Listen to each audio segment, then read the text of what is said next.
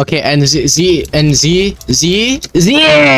They added 3 blocks, and alright, I'm gonna go over all of them. All right, so camera block. Obviously, it has to be big enough to fit your torso in it, and basically, you need an input. By the way, most likely a not gate. So, not.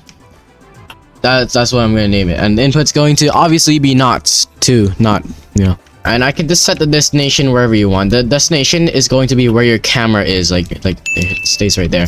So, for example, I want to set the destination right here. So that means that when I go inside the logic block, my camera goes into that exact same place.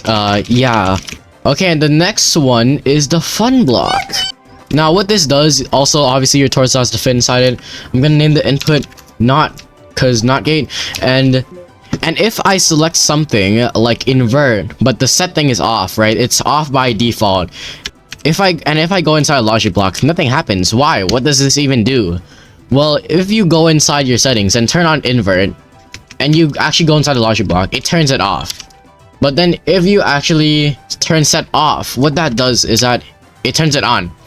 Yeah, I don't know why turn on is not the default. I don't know why turn off is the default. Okay, whatever, bro. Whatever. Okay, now for the last block, the dummy block. You won't need a not gate on this one. So just spawn a prompt block. I'm gonna name this one the dummy 1 interact spawn. I'm gonna basically make a switch here. So I'm gonna spawn a light block. Dummy 1. Why is it not working? Oh wait, there's a space there. Okay, my bad. Dummy 1, and now dummy 2. Now turn this flip on, so now it's a light switch. And now the dummy block itself. Now, how this works? Obviously, I'm gonna make the input dummy 2 first, and how this works is that the dummy is gonna spawn at the middle point of the logic block, so you don't have to make it bigger than your torso. So if I do that, I'll just spawn a dummy, right? But like if you turn it off, then it's just gonna disappear. But you can also customize the name. Like I'm gonna name the dummy monkey 1, and you'll see that his name is monkey 1. You can also make him invincible.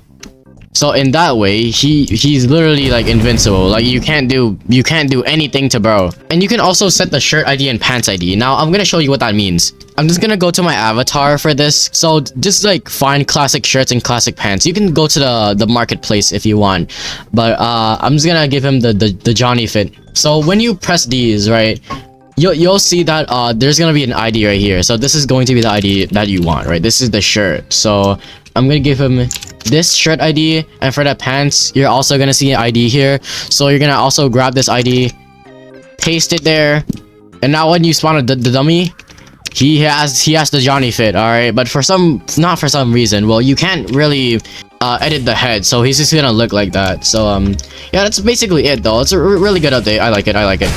But that's when you do start. Now.